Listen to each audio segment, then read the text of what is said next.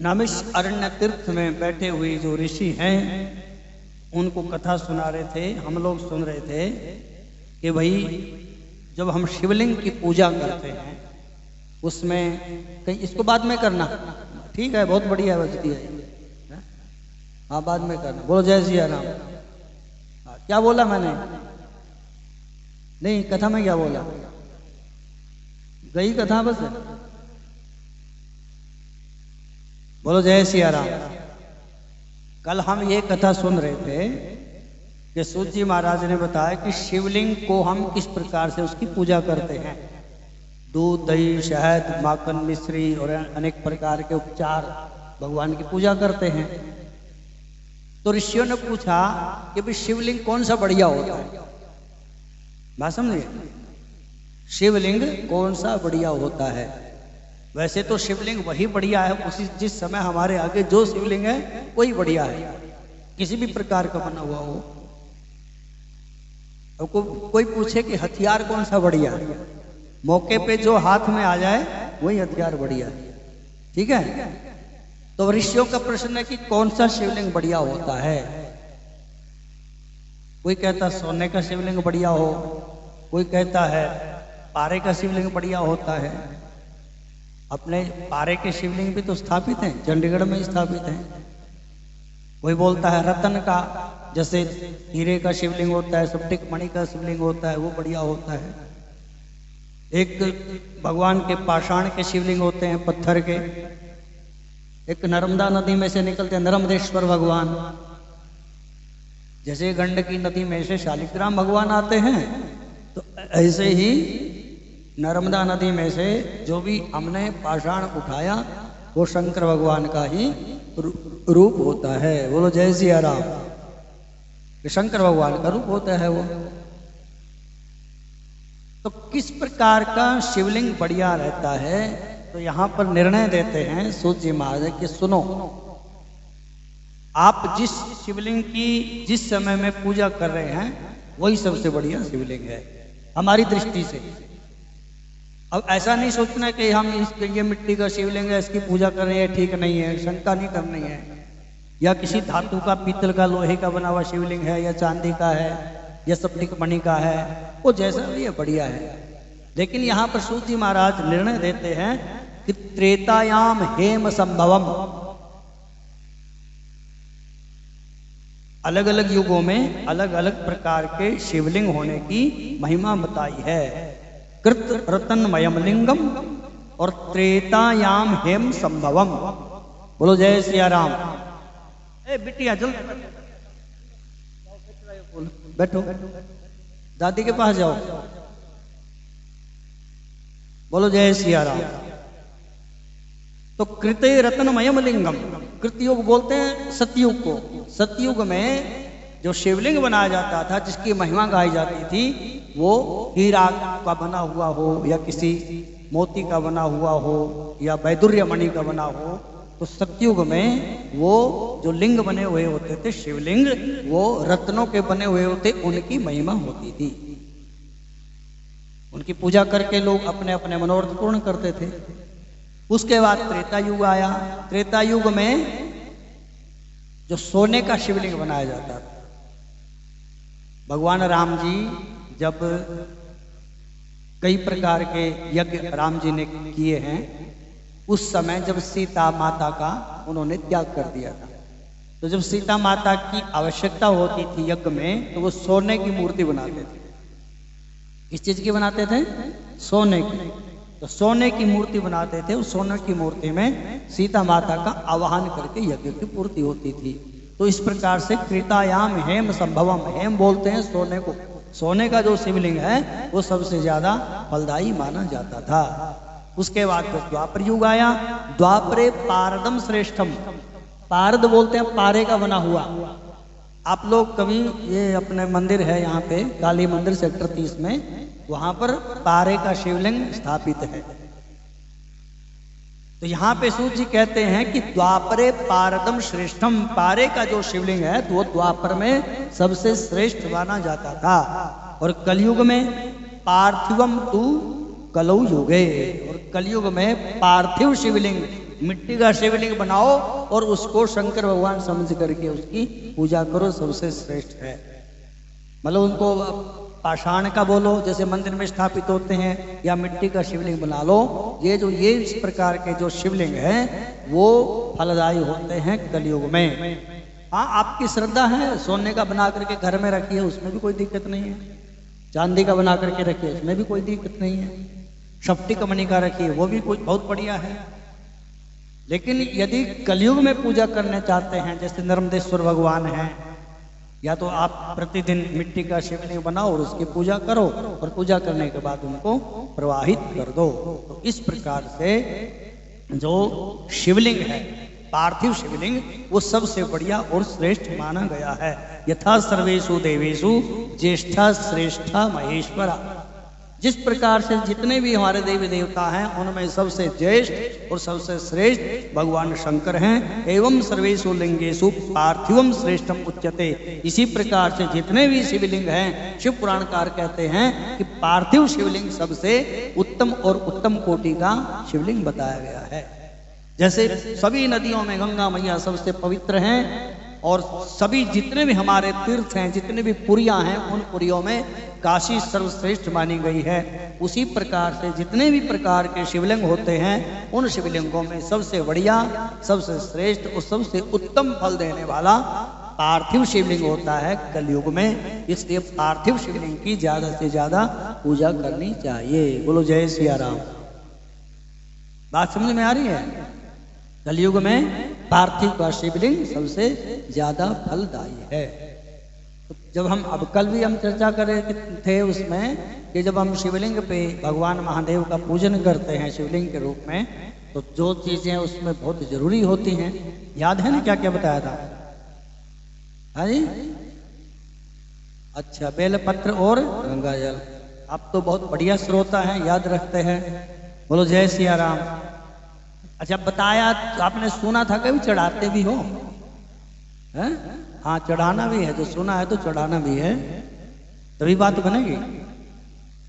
अंधकार जिस कोठड़ी में होता है ना, किसी कोठड़ी में अंधकार है और उसमें ऐसा बोलते रहो दिया जलाओ दिया जलाओ दिया जलाओ, तो क्या लाइट आ जाएगी?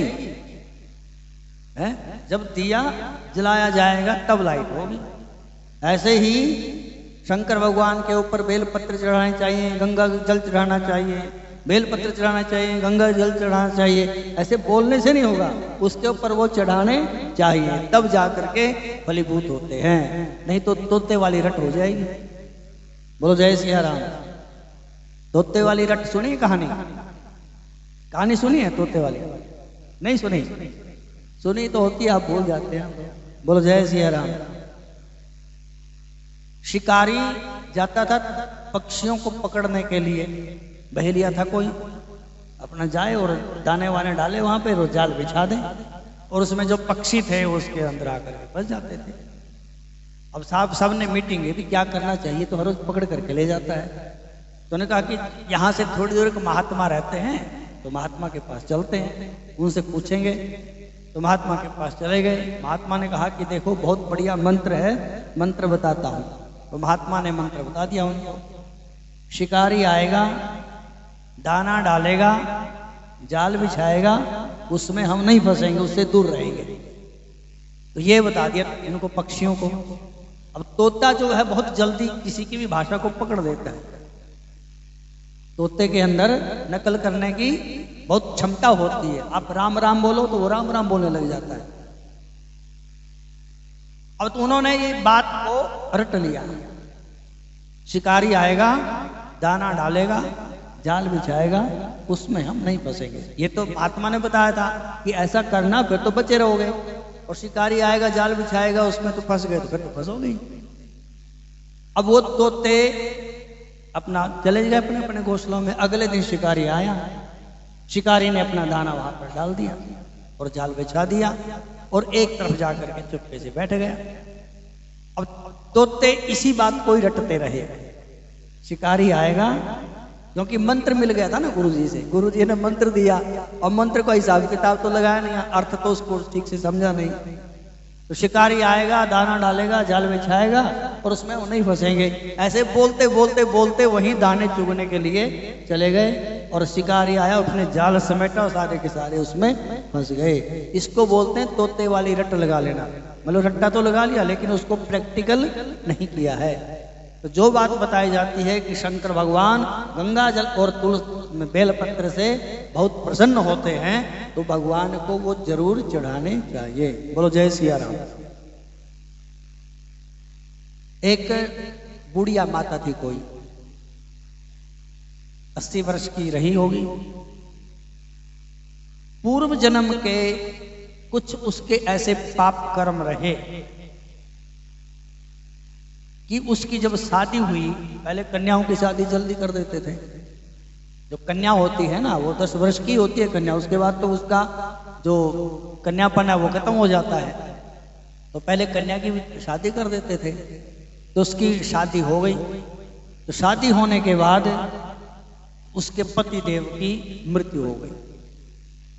जब पतिदेव की मृत्यु हो गई तो उसको उसकी जो आंखों की दृष्टि थी वो चली गई। कुदरती कोई ऐसा कर्म रहा होगा उसका। हम कुछ भी सुख दुख की अनुभूति करते हैं ना, तो भगवान को दोष नहीं देना चाहिए, किसी को दोष नहीं देना चाहिए। वो अपने कर्मों का फल होता है। राम जी सीता जी जब वनवास के लिए चले तो पर्ण कुटी में जो पत्तों की बनाई हुई कुटिया थी उसमें, और नीचे घास फूस बिछा रखा, उसके ऊपर लेटे हुए हैं दोनों। वलकल वस्त्र, शरीर के ऊपर कोई ढंग के वस्त्र भी नहीं है। तो लक्ष्मण जी कुटिया के बाहर खड़े थे, रात का समय था, और वहीं पर वो भील था जिन्होंने भगवान के ठहरने की व्यवस्था की। तो भगवान राम को और सीता को देख करके वो उसके मन में बड़ी व्यथा हुई कि विधाता ने देखो क्या इनको समय दिखाया, अभी तो सुख भोगने गाने का समय था और अभी इनको वनवास में भेज दिया। विधाता भी कैसे कैसे कर्म करते हैं। जब सीता जी वनवास के लिए जाती हैं तो उनकी आयु 18 वर्ष की है। जब शादी करके आई तो 6 वर्ष की थी। सीता माता का जब विवाह हुआ कितने वर्ष की थी? 6 वर्ष की। और 12 वर्ष वो उस समय अयोध्या में रही, और उसके बाद फिर वो जब 18 वर्ष की आयु उनकी हो चुकी थी तो फिर वो वनवास के लिए गए 12 वर्ष के लिए, 14 वर्ष के लिए। तो वहां पे जो भील है वो बड़े व्यथित होता है और विधाता को बोलता है। तो फिर यहाँ पे लक्ष्मण जी उनको उपदेश करते हैं कि भैया कोई किसी को सुख और दुख नहीं देता है। नहीं कहू कहू सुख दुख कर दाता, सुख दुख कर दाता, निजकृत कर्म भोग सब भ्राता। हे भाई, कोई किसी को सुख नहीं देता है, कोई किसी को दुख नहीं देता है। अपने अपने कर्मों का फल सब यहाँ पे भोगते हैं। तो यदि हम ठीक से विचार करें, वास्तव में वास्तविकता यही है कि जो हमें सुख की अनुभूति होती है या तो दुख की अनुभूति होती है, वो हमारे कर्मों का ही फल होता है। कोई किसी को सुख और दुख नहीं देता। तो ये जो कन्या थी ये बाल विधवा हो गई, और पहले जो कन्या विधवा हो जाती थी उसके द्वारा शादी नहीं होती थी, और देवी योग से उसके कुछ ऐसे पाप कर्म रहे कि फिर इसके आंखों की रोशनी चली गई, अंधी हो गई। तो अंधी हो गई तो एक किसी मंदिर के बाहर बैठ करके अपना गुजारा कर लेती थी। घर बार इसने छोड़ दिया था, तो कोई इसके आगे खाने के लिए चीज डाल देता था तो उसको वो खा लेती थी, वही मंदिर के बाहर पड़ी रहती थी। इस प्रकार करते करते वो 80 वर्ष की हो गई, और फिर इसके शरीर में कोढ़ लग गए। शरीर में कोढ़ लग गया तो बहुत दुखी रहती थी, जलाती रहती थी, बहुत कष्ट होता था उसको। तो शंकर भगवान का मंदिर था, कोई उसके बाहर ही, जैसे अपना ये मंदिर है तो ऐसे बाहर मंदिर में बैठी रहती थी, और कोई खाने के लिए देगा तो उसको खा लेती थी वो। एक दिन श्रावण मास की त्रयोदशी तिथि थी, तो सारा दिन उसको कुछ खाने को नहीं मिला। मंदिर के बाहर लोग इसलिए बैठते हैं ना कि मंदिर में जो आने वाले होते हैं वो थोड़े श्रद्धालु होते हैं, दयावान होते हैं, हैं? कोई किसी को यहाँ करके भी कोई बोल दे कि हमने किताबें लेनी है, हमारे को 200-400 रुपए दे दो, तो आप फटाफट इकट्ठे करके दे देंगे उसको। अब ये नहीं देखेंगे कि उसने क्या करना है क्या नहीं करना। ठीक है, बोलो जय सिया राम। अब वो मंदिर के बाहर इसलिए बैठती थी कि भाई कुछ ना कुछ मंदिर में जो आने वाले श्रद्धालु हैं वो कुछ ना कुछ खाने के लिए देंगे। श्रावण का महीना त्रयोदशी तिथि थी और उसने उस दिन शाम हो गई, ऐसे चिल्लाते चिल्लाते कुछ खाने को नहीं मिला। एक माली अपने सिर के ऊपर बेलपत्र रख करके कहीं जा रहा था, ऐसे निकल रहा था, कहीं देने होंगे उसने शंकर भगवान की पूजा के लिए। तो वो चिल्ला रही थी, आज मेरे को कुछ नहीं मिला, मैं बहुत भूखी हूँ, सारे धर्मात्मा कोई ऐसा है ही नहीं यहाँ पे जो आज मेरे पेट में पड़ जाए, कुछ मेरी जान बच जाए, मेरी जान निकली जा रही है। और वो माली हर रोज वहां से निकलता था। तो माली को भी उसको देख करके वो झल्ला पड़ा कि हर रोज इसका यही काम है, बुढ़िया मरती भी नहीं है और हर रोज बोलती रहती है कुछ खाने के लिए दे दो, कुछ खाने के लिए दे दो। अब उसने अपनी टोकरी में से बेलपत्र उठाए, ऐसे जैसे सिर के ऊपर है ना, ऐसे बेलपत्र उठाए उसने। अब जितने भी उसके हाथ में आए होंगे और उसने झट दे करके उसके आगे फेंक दिए ऐसे कि ले ये खा ले, जैसे आदमी गुस्से में होकर के फेंक देता है कोई चीज। तो उसने उसके आगे फेंके तो उसको दिखता तो था नहीं, तो उसने फिर वो ऐसे ऐसे हाथ वाथ लगाए होंगे, देखा उसने बेलपत्र हैं, ये तो पत्ते पत्ते हैं, कोई उसको ये भी नहीं पता कि ये बेलपत्र है, कोई पत्ते हैं। तो उसने वो पत्ते उठाए, उसने भी क्रोध के मारे कि इसने मेरे साथ बद्दा मजाक किया है, और वो पत्ते उठाए और जोर से उसने ऐसे फेंक दिए और वो पत्ते जाकर के सीधे ही शिवलिंग के ऊपर चढ़ गए। बोलो जय सिया राम। और जैसे ही शिवलिंग के ऊपर पत्ते चढ़े, उसके डाले हुए, अब व्रत तो उसका हो ही गया था, खाया तो कुछ है नहीं था उसने।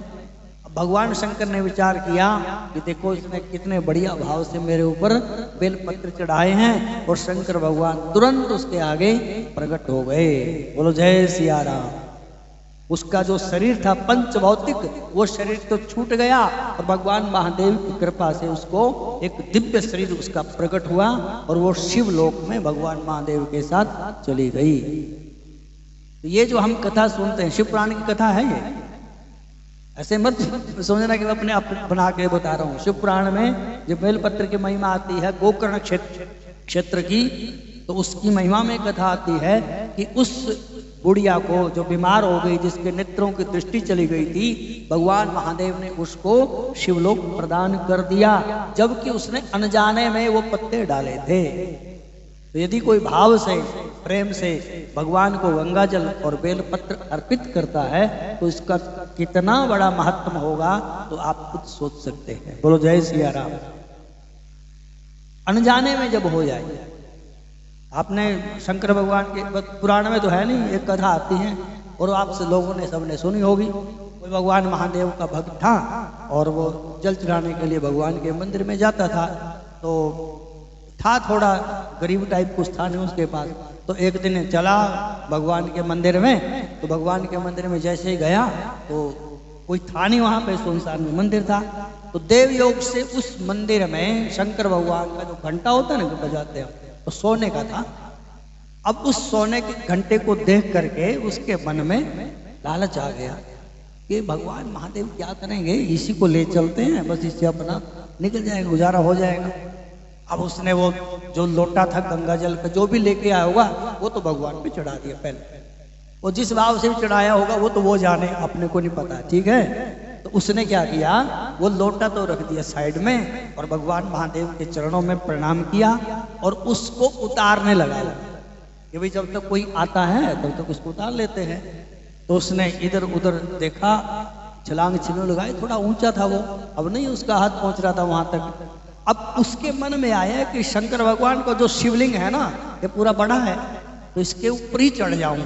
और वो उस घंटे को उतारने के लिए उस भगवान महादेव का जो शिवलिंग है, बड़ा शिवलिंग रहा होगा, तो उस शिवलिंग के ऊपर वो चढ़ गया और जैसे वो घंटा उसने पकड़ा उतारने के लिए, उसी समय भगवान प्रकट हो गए। बोलो शंकर भगवान। देखो भगवान कैसे कितने दयालु हैं। भगवान का नाम है आशुतोष। क्या नाम है? आशुतोष। तो आशुतोष का अर्थ यही होता है बहुत जल्दी प्रसन्न हो जाते हैं भगवान महादेव। तो भगवान प्रकट हो गए और उस भक्त को भगवान ने अपनी छाती से लगा लिया और वो डर के मारे कांपने लगा। हे महादेव, मेरे से गलती हो गई है, मुझे क्षमा करो, मेरे थोड़ी भूख भाग लगती रहती है, घर में खाने पीने के लिए कुछ नहीं है, ऐसे एक घंटा लेने के लिए आया था, मेरे से बड़ी भूल हो गई, मेरे अपराध को क्षमा करें महादेव, मैं आपके चरणों में प्रणाम करता हूँ। और भगवान महादेव के अरे भक्त लोग तो हमारे ऊपर कोई कुछ चढ़ाता है, कोई दूध चढ़ाता है, कोई दही चढ़ाता है और कोई कुछ चढ़ाता है, तो पूरे का पूरा ही हमारे ऊपर चढ़ गया, इसलिए भगवान बड़े खुश हो गए। बोलो जय सिया राम। बात समझिए। अब देखो इस कथा का जो अर्थ है ना, इस कथा का ये साधारण अर्थ थोड़ी है। कथा का अर्थ ये कहना चाहते हैं कि भगवान को कुछ भी चढ़ाइए, दूध भी चढ़ाओ, दही भी चढ़ाओ, है शहद भी चढ़ाओ, बेलपत्र भी चढ़ाओ, गंगा जल भी चढ़ाओ, लेकिन जब तक भगवान को हम आत्मसमर्पण नहीं करेंगे, हैं आत्मसमर्पण के हे हृदय से कि हे प्रभु हम आपके हैं, आप हमारे हैं, जब तक ये भक्त का और भगवान के बीच में ये रिश्ता नहीं होगा कि भगवान हमारे हैं और हम भगवान के हैं, तो तब तक भगवान प्रसन्न नहीं होने वाले हैं। इसलिए भगवान ये कहते हैं कि तू चढ़ाओ, ठीक है, दही बेलपत्र गंगा जल सब चढ़ाओ, लेकिन जब तक आत्मसमर्पण नहीं करेंगे तब तक घटना नहीं घटेगी, तब तक कल्याण नहीं होगा। इसलिए हम भगवान को आत्मसमर्पण करें कि हे प्रभु हम आपके हैं और आप हमारे हैं। बोलो जय सिया राम। तो भगवान के ऊपर हम किसी भी प्रकार की कोई वस्तु चढ़ाते हैं, भाव से इसको समर्पित करना चाहिए। अगर भाव नहीं है तो भगवान नहीं है, और भाव है तो भगवान है। जिसका भाव होता है तो उसके तो लिए तो पत्थर में से भगवान प्रकट हो जाते हैं, और जिसका भाव नहीं है तो सामने खड़े हुए भगवान के उनको तो केवल पत्थर की मूर्ति दिखाई देते हैं। बोलो जय सिया राम। अब कई लोग आते हैं यहाँ पे भी, ये भगवान कृष्ण की मूर्ति कैसी है, ये हनुमान जी, अरे हनुमान जी की मूर्ति थोड़ी है, वो हनुमान जी हैं। जब तक हम उनमें भगवत बुद्धि नहीं रखेंगे तब तक कल्याण कहाँ होगा। ये राम जी की मूर्ति कितनी सुंदर है, ये बोलो ना राम जी कितने सुंदर है। तो श्रद्धा, हमारा भाव इतना होना चाहिए कि पत्थर में से भी भगवान प्रकट हो जाए। बोलो जय सिया राम। ये भगवान के दिव्य चरित्र, और जब हम इन चरित्रों को सुनते हैं भगवान के, तो इन चरित्रों को सुन करके भगवान में हमारी प्रवृत्ति होती है, कथा में प्रवृत्ति होती है, भगवान के प्रति हमारा प्रेम बढ़ता है। जो हमारे अंदर भगवान के प्रति भाव है, प्रेम है, यदि हम भगवान के नाम का जप करते हैं तो वो सबसे बड़ा साधन है। राम नाम को अंक है, सब साधन है शून्य। शून्य का मतलब जीरो, शून्य। राम नाम को अंक है, सब साधन है शून्य। अंक रहे सब साधन है शून्य। और जैसे एक अंक है ना, एक का अंक होता है, एक के अंक के आप जीरो लगाइए, एक का अंक खड़ा है साथ में और उसके साथ जीरो लगा दो, तो कितने बन गए? 10 बन गए। एक जीरो और लगा दो, 100 बन गए। एक जीरो और लगा दो, 1000 बन गए। तो जितने जीरो लगाते जाएंगे उतना ही वो 10 गुना बढ़ता जाएगा। और जीरो रखो वहां पर 10 और एक को हटा दो, फिर क्या बचेगा? कुछ नहीं बचेगा ना। तो जीरो, शून्य क्या कीमत है? शून्य की कोई कीमत नहीं है। इसलिए तुलसीदास जी कहते हैं राम नाम को अंक है, सब साधन है शून्य। जितने भी साधन हैं वो शून्य बताए गए हैं, और अंक होगा तो 10 गुना काम करेंगे। अंक गए कछु हाथ नहीं, और अंक रहे 10 गुण। अंक होगा तो 10 गुना उनकी कीमत बढ़ जाएगी, लेकिन अंक नहीं होगा तो जितने मर्जी जीरो लगा दो सारी की सारी बेकार। इसी प्रकार से जीवन में कुछ भी हम साधन करते हैं, चाहे आप जप करो, तप करो, पूजा करो, तीर्थ करो, तर्पण करो, श्राद्ध करो, गौ सेवा करो, कुछ भी करो, लेकिन यदि भगवान के प्रति प्रेम नहीं है तो सारे साधन शून्य हो जाएंगे। और यदि भगवान के प्रति प्रेम होगा तो ये सारे के सारे साधन 10-10 गुना फल देने लग जाएंगे। इसलिए भगवान के प्रति प्रेम भाव अवश्य रखिए। केवल शिवलिंग को शिवलिंग ना समझिए, पत्थर का शिवलिंग मत समझिए, उनको साक्षात भगवान महादेव ही मानना चाहिए, तब उसकी पूजा करने का फल मिलेगा। बोलो जय सिया राम। नमः शिवाय। ओम नमः शिवाय। हर हर भोले। ओम नमः शिवाय। ओम नमः शिवाय। हर हर भोले। नमः शिवाय। ओम नमः शिवाय। हर हर भोले। नमः शिवाय। ओम नमः शिवाय। हर हर भोले। ओम नमः शिवाय। ओम नमः शिवाय। हर हर भोले। ओम नमः शिवाय। ओम नमः। अरे भगवान को दिखा करो ना, भगवान को दिखा करो। नमः शिवाय। ओम नमः शिवाय। हर हर भोले। हे नमः शिवाय। ओम नमः शिवाय। हर हर भोले। ओम नमः शिवाय। ओम नमः शिवाय। हर हर भोले। ओम नमः शिवाय। ओम नमः शिवाय। हर हर भोले। ओम नमः शिवाय। ओम नमः शिवाय। हर हर भोले। नमः शिवाय। ओम नमः शिवाय। ओम नमः शिवाय। हर हर भोले। हर हर भोले। बोलो शंकर भगवान की जय। तो प्रेम भाव से भगवान की पूजा करें और प्रेम भाव से ही कथा को सुने। देखो एक सिद्धांत है, सिद्धांत की बात आपको बताते हैं। सिद्धांत ये है कि जो आदमी आपको अच्छा लगता होता है ना, तो उसकी आपको सारी बातें अच्छी लगती है ना। और जो आदमी अच्छा नहीं लगता उसकी बातें नहीं लगती अच्छी, हाँ नहीं लगती है ना। ये सिद्धांत की बात है। यदि कोई आदमी बहुत बड़ा विद्वान हो, बहुत बढ़िया बढ़िया बातें बता रहा हो और आपको वो आदमी जमता नहीं है, तो उसकी बात थोड़ी अच्छी लगेगी। तो कितने बड़े वेद के मंत्र सुनाएगा, आपको श्लोक सुनाएगा, प्रवचन करेगा। और जो आदमी आपको अच्छा लगता है, चाहे वो अंगूठा छापी है, क्यों भाई, चाहे कोई भी है, तो वो आपको बहुत बढ़िया जो लगता है उसकी सारी की सारी बातें भी अच्छी लगती हैं। तो सूत जी महाराज के प्रति उन ऋषियों की इतनी श्रद्धा है कि उनके पांव धो करके अपने ऊपर उनके जल का छींटा देते हैं। तो जब वो बोलते होंगे तो उनकी कितने ध्यान से वो बातें सुनते होंगे। तो ऋषियों को जब कथा सुना रहे हैं तो कहते हैं कि भगवान की जो दिव्य कथा है ऐसे नहीं मिलती है सुनने के लिए। कब मिलती है? जब जीव के पुण्य उदय होते हैं। जब तक हमारे पुण्य नहीं होंगे ना, तब तक भगवान की कथा नहीं सुनने को मिलेगी, कितना भी जोर लगाइए आप।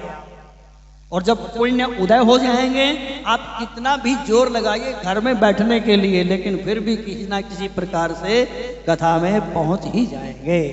तो सूत जी महाराज कहते हैं कि हे ऋषियों, जन्मांतरे भवेत् पुण्यम, जन्म जन्मांतर के जब पुण्य उदय होते हैं, मयदस्या सुधीमतः, उन बुद्धिमानों के जन्म जन्मांतर के पुण्य जब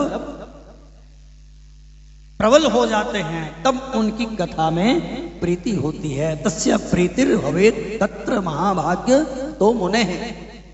तब शिव प्राण की कथा में उनका प्रेम होता है, कथा सुनने का उनको मन करता है, सत्संग में आने के लिए वो उतावले हो जाते हैं। कब? जब उनके जन्म जन्मांतर के पुण्य प्रबल हो जाते हैं, पुण्य उनके फल देने लग जाते हैं। तो इसका मतलब ये है कि हम बहुत भाग्यशाली हैं और पुण्यशाली हैं कि हम भगवान की कथा सुनने के लिए पहुंचे हैं। अपने आप को कम मत आंकिए, आप अपनी जो कीमत है, वैल्यू, उसको कम मत आंकिए कि हम किसी से कम हैं। जहां पर बैठ करके भगवान की कथा सुनी जाती है, जो श्रोता होता है वो ऋषि तुल्य हो जाता है। और पहले दिन सूत जी महाराज कह रहे थे कि जो शिव पुराण की कथा सुनता है, जो सुनने वाला श्रोता है, उसको साधारण व्यक्ति नहीं समझना चाहिए। वो क्या है? वो रुद्र रूप हो जाता है, वो शिव रूप हो जाता है, वो भगवत स्वरूप हो जाता है, जिसकी कथा में प्रीति होती है। इसलिए सूत जी महाराज कहते हैं कि जन्म जन्मांतरे पुण्यम यदस्याः सुधीमताः, जब जन्मांतर के पुण्य उदय होते हैं तब हमको कथा सुनने की प्रवृत्ति हमारे अंदर बढ़ती है, शिव पुराण में हमारी प्रीति होती है। तो पुण्य कैसे होंगे, पुण्य कैसे बढ़ेंगे? अरे आपके जितने पुण्य हैं वो खर्चा भी तो हो रहे हैं। जैसे आपके पास 1 लाख रुपए हैं, आगे तो आप कमाएंगे नहीं, तो 1 लाख रुपए कब तक चलेंगे? वो धीरे धीरे धीरे खर्च जब वो करेंगे तो एक दिन वो 0 हो जाएंगे। तो इसी प्रकार से जो हमारे पुण्य कर्म हैं, पुण्य कर्म के कारण जीव को सुख मिलता है। पता आपको, जब आपको सुख मिलता है तो आपके पुण्यों का फल मिलता है, और जब दुख मिलता है तो अपने पाप कर्मों का फल मिलता है। बस सीधी सी बात है। मतलब जो जीवन में सुख चाहता है तो पुण्य कर्म करने चाहिए, और यदि पाप कर्म करेंगे तो उसका फल दुख ही होगा। तो हमारे जो पुण्य है वो हमारे खर्च हो रहे हैं, हमें सुख मिल रहा है, लेकिन आगे भी तो थोड़े बहुत पुण्य बढ़ाने चाहिए। तो पुण्य किस प्रकार से बढ़ेंगे? कथा सुनने से पुण्य की प्राप्ति होती है, तीर्थ यात्रा करने से पुण्य की प्राप्ति होती है, सत्संग करने से पुण्य की प्राप्ति होती है, साधु संत गौ ब्राह्मण की सेवा करने से पुण्य की प्राप्ति होती है। जो अपने इस शरीर से हम सत्कर्म करेंगे तो हमारे पुण्य बढ़ेंगे और हमको सुख मिलेगा। इसलिए यदि जीवन में सुख चाहिए तो पुण्यों को बढ़ाना चाहिए। बोलो जय सिया राम। ये कथा सुना रहे हैं सूत जी महाराज। और ऋषियों ने पूछा, बड़े ध्यान से सुनो आप कथा, आपने सुना होगा, कई बोलते हैं कि वही शिव जी का जो प्रसाद है वो लेना चाहिए, कई बोलते हैं कि नहीं लेना चाहिए, बड़ी दुविधा होती। तो यहां पर निर्णय देते हैं कि जो शिवलिंग स्वयंभू होते हैं, स्वयंभू का मतलब अपने आप प्रकट हुए हैं, जैसे अपने यहाँ सकेतड़ी में है या कहीं और मंदिर हैं, जो ज्योतिर्लिंग होते हैं या बाण लिंग होते हैं, बाण लिंग मतलब पार्थिव का जो शिवलिंग होता है वो, या तो सोने का शिवलिंग बना होता हो, तो उसका जो चढ़ा हुआ प्रसाद है वो ले सकते हैं। लेकिन जो साधारण शिवलिंग की स्थापना होती है, मंदिरों में स्थापना होती है, उसके दूर से निवेदित किया हुआ प्रसाद तो ले सकते हैं, लेकिन जो उसके ऊपर चढ़ गया प्रसाद वो अग्राह्य माना जाता है। अग्राह्य शिव निवेद्यम पत्रम पुष्पम फलम जलम। जो जल है, जो पुष्प है, जो पत्र है, यदि वो शिवलिंग के ऊपर टॉप में चढ़ गया है तो अग्राह्य है, मतलब उसको आप ग्रहण नहीं कर सकते। और यदि ग्रहण करना चाहें तो क्या करें? तो बोले वहां से लो, और जो ठाकुर जी हैं शालिग्राम भगवान, शालिग्राम के साथ भगवान के साथ उनको स्पर्श कर दो, और उसके बाद वो प्रसाद ग्रहण करने योग्य हो जाता है। बोलो जय सिया राम। बात समझ गए? हाँ, कहीं शंकर भगवान की मूर्ति है, प्रतिमा है, वहां भगवान को निवेदित करते हैं, उसमें भोग प्रसाद किसी भी प्रकार का है, जल है, फूल है, फल है, यदि वो कोई लेता है तो उससे जीव को पुण्य की प्राप्ति होती है, वो अवश्य ही लेना चाहिए। लिंगोप्री च यत् द्रव्यम तद अग्राह्य मुनीश्वरा। लिंगोप्री, लिंग के ऊपर जो चढ़ा हुआ द्रव्य है वो अग्राह्य होता है, और लेना चाहे तो उसको शालिग्राम भगवान की शिला के साथ स्पर्श करवाइए, फिर वो लेने योग्य हो जाता है। ये भगवान की कथा सुना रहे हैं। इस प्रकार से शिव पुराण की जो हम शिव पुराण में मैंने बताया था आपको 24,000 श्लोक हैं। जब भागवत जी कथा सुनते हैं ना, भागवत जी में 18 हैं और इसमें तो उनसे भी ज्यादा हैं, 24,000 श्लोक, और 7 संहिता हैं इसमें, जैसे उसके पार्ट बनाए गए हैं। तो अभी हम एक ही संहिता की कथा सुन रहे हैं जो सबसे छोटी है, विद्येश्वर संहिता। तो उसकी हम कथा सुन रहे हैं, और इसकी कथा सुनाते सुनाते जब ऋषि पहुंचे तो इसका सुनने का फल क्या होता है। यदि कोई इस विद्येश्वर संहिता की कथा सुन लेता है, उस जीव के सारे पाप भगवान महादेव की कृपा से भस्म हो जाते हैं। बोलो जय सिया राम। हम भगवान से प्रेम करते हैं, हम भगवान को चाहते हैं भगवान को। तो ऐसा क्या हो कि भगवान हमें चाहने लग जाएं? भगवान को हम चाहते हैं, ये तो एक तरफा प्रेम हुआ ना। तो भगवान भी तो हमको चाहें। तो अब गीता में बहुत कुछ लक्षण बताए गए हैं इसके, कि आपको क्या करना है जीवन में। विधि और निषेध का जो पालन करता है उसको भगवान चाहने लग जाते हैं। जैसे हमारा शास्त्र बोलता है कि सत्यम वद, सच बोलो, विधि है। और निषेध क्या किया गया है? असत्यम मावद, असत्य मत बोलो, झूठ मत बोलो। तो जो इस प्रकार से विधि और निषेध का पालन करता है वो भगवान को अति प्रिय लगता है, विशेष करके सच बोलने वाला। देखो आप लोग शिव पुराण में की कथा सुनते हैं, और शिव पुराण में मुख्य रूप से भगवान की 2 धर्म पत्नी हैं, 2 है ना, एक सती हैं और एक है पार्वती। ठीक समझ गए? तो इन दोनों में, सती में और पार्वती में भेद क्या है? भगवान सती से ज्यादा पार्वती को चाहते हैं, पार्वती से प्रेम करते हैं। उसमें भेद यही है कि सती असत्य भाषण करती है, झूठ बोलती है, बात समझ गए? और पार्वती हमेशा सच बोलती है। तो इसका मतलब यह है कि जो झूठ बोलने वाला आदमी है वो भगवान को अच्छा नहीं लगता। तो यदि हम भगवान चाहते हैं कि भगवान हमें चाहें, हम भगवान को अच्छे लगे, तो क्या करना चाहिए? हाँ, सत्य भाषण करना चाहिए, सच बोलना चाहिए। है तो बड़ा औखा काम है? मुश्किल तो है भाई। कई बार तो हम चलते चलते और अनायास ही हमसे झूठ बोला जाता है। अब फोन है, हाँ जी क्या कर रहे हो? बस कुछ नहीं कर रहे। अब कुछ तो कर रहे हो, है? ठीक है ना? रसोई में चाहे बर्तन ही साफ कर रहे हैं, फोन आएगा, हाँ जी क्या हाल चाल, ठीक ठाक, और क्या कर रहे हो? बस कुछ नहीं कर रहे। तो ये क्या हो गया? झूठ बोल दिया, मतलब पता भी नहीं चला और झूठ भी निकल गया। तो भगवान महादेव उस व्यक्ति को अच्छा मानते हैं, उस व्यक्ति को प्रेम करते हैं जो अपने जीवन में सत्य भाषण करता है। सत्य के समान दूसरा धर्म है ही नहीं। धर्म न दूसर सत्य समाना, आगम निगम पुराण बखाना। वेदों में और शास्त्रों में यह बताया गया है कि जो सत्य भाषण करता है उसके समान कोई, सबसे उसके समान कोई धर्म नहीं है। सत्यम परमम धर्मः, सत्य ही परम धर्म है। अब हम जब पहले कथा सुने थे हमने, दूसरे दिन ब्रह्मा और विष्णु लड़ पड़े दोनों आपस में। तो लड़ पड़े तो भगवान ने अग्नि स्तंभ उनके बीच में प्रकट कर दिया, अग्नि का खंभा, सुने थे ना? तो विष्णु चले गए नीचे खोज करने के लिए कहां से प्रकट हुआ है, और ब्रह्मा जी गए ऊपर। तो विष्णु तो हार थक करके आ गए, ये नहीं मिला।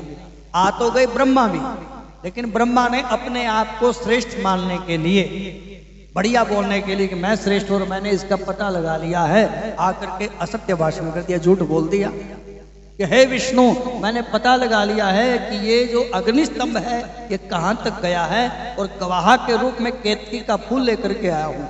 जैसे ही ब्रह्मा जी ने बोला उस समय भगवान महादेव प्रकट हुए और झट से उसका सिर काट दिया। ब्रह्मा जी का सिर काट दिया। 5 सिर थे, जिस सिर से झूठ बोला था वही सिर भगवान ने उड़ा दिया।